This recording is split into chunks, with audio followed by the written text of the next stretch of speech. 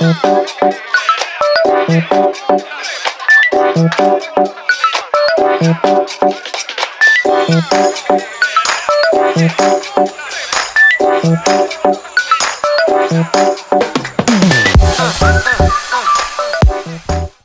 250 FM, podcastnya anak komunikasi. Hai komunikan, kenalin gue Vira yang bakal nemenin kalian beberapa menit ke depan di segmen Diskotik, diskusi dan ngobrol cantik. Anyway, gimana nih kabar kalian sobat komunikan? Semoga dalam keadaan sehat selalu ya. Topik diskusi kita kali ini akan ngebahas seputar peraturan sekolah nih. Pasti sobat komunikan punya aturan di sekolahnya masing-masing ya kan? Nah sobat komunikan, sebelum kita masuk ke topik hari ini, gue mau tanya dulu nih, kenapa sih aturan di sekolah itu kayaknya selalu menarik untuk dibahas? Kadang-kadang kita mikir kenapa sih aturan ini harus ada, kenapa nggak bebas aja ya kan?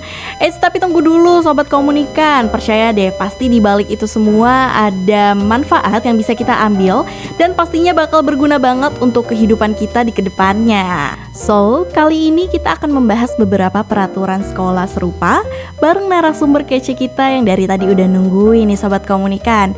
Hai Amel.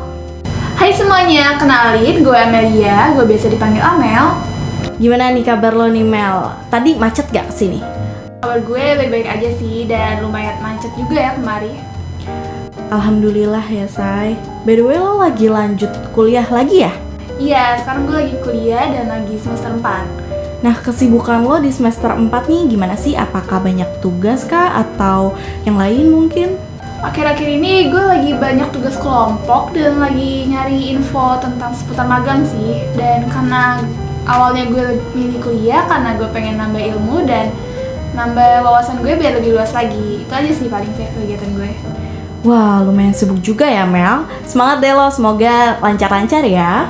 Nah ngomong-ngomong tentang pendidikan nih Mel, lo waktu di jenjang pendidikan sekolah menengah dulu tuh pasti ada peraturan yang dilarang di sekolah lo ya kan? Nah kira-kira apa aja tuh peraturannya?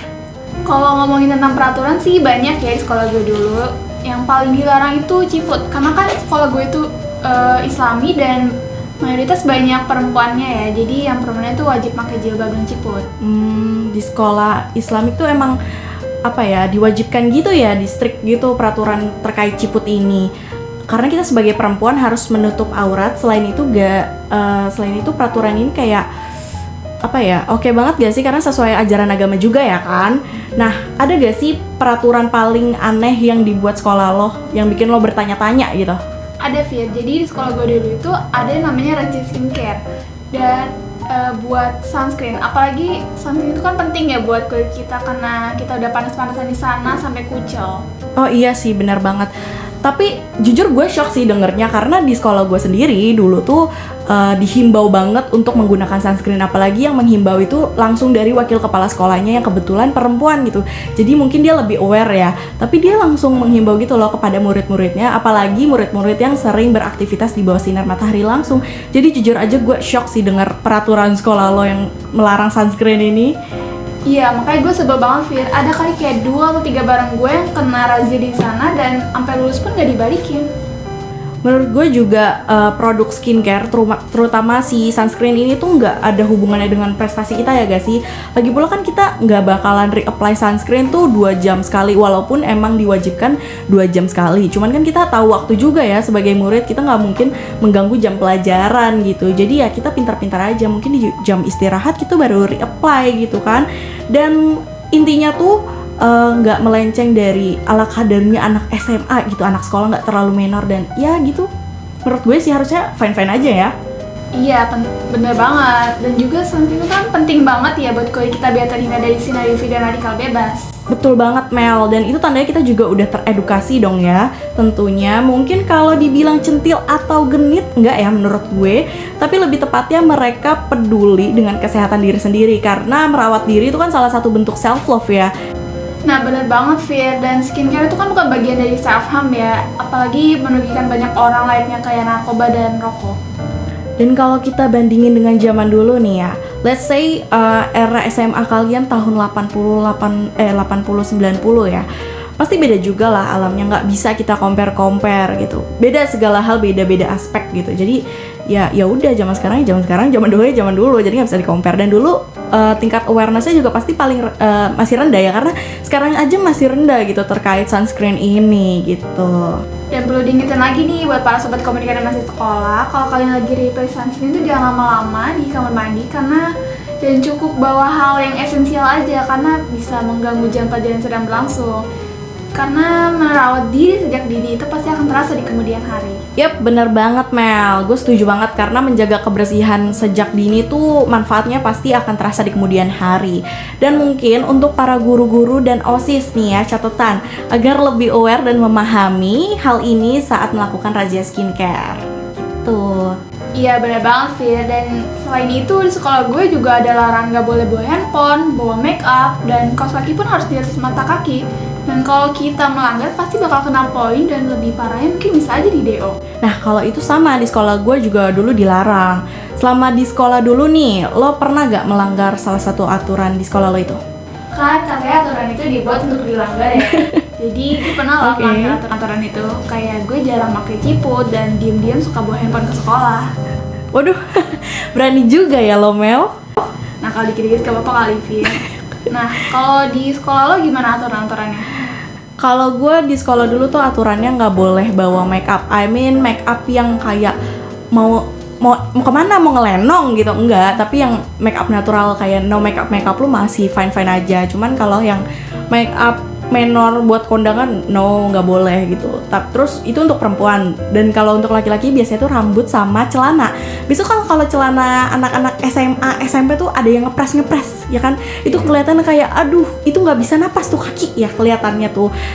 Terus juga rambutnya biasanya dipotong kan kalau udah gondrong. Itu biasanya tuh ada kegiatan di SMA gue nih, ini fun fact ya, ini kegiatan di SMA gue dimana tiap hari Rabu atau Jumat setelah pembiasaan atau apel pagi itu tuh anak ceweknya disuruh ke kelas duluan dan anak lakinya dibarisin di lapangan terus disuruh duduk dijemur gitu. Terus nanti guru-guru cowok bakal keliling bawa gunting gitu. Jadi pulang masuk kelas dia para laki-lakinya tuh ada yang celananya udah dipotong jahitannya, terus rambutnya udah pada grepes. Itu aneh banget. Tapi ya itu namanya konsekuensi ya dari melanggar aturan itu sendiri gitu.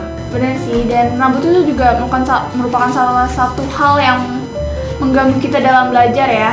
Betul. Dan menurut gue peraturan yang ada di sekolah di Indonesia ini cukup bagus gak sih? Karena kan di setiap sekolah itu pasti memiliki aturan yang memberikan dampak positif bagi para siswa dan siswinya. Yep, betul banget Mel. Itu balik lagi ya ke diri masing-masing. Tinggal kitanya aja yang mau mematuhi peraturan tersebut atau enggak.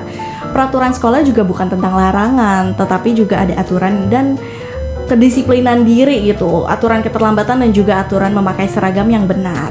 Nah, jadi buat sobat komunikan, jangan dicontoh aturan yang dilanggar Amel tadi ya. Karena aturan itu termasuk salah satu cara agar kita bisa hidup disiplin dan memahami tujuan di balik aturan-aturan yang telah dibuat.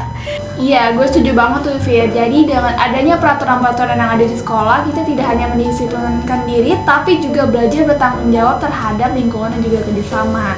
Dan intinya, peraturan itu bukan untuk musuh kita, tapi layaknya kayak sahabat yang nemenin kita.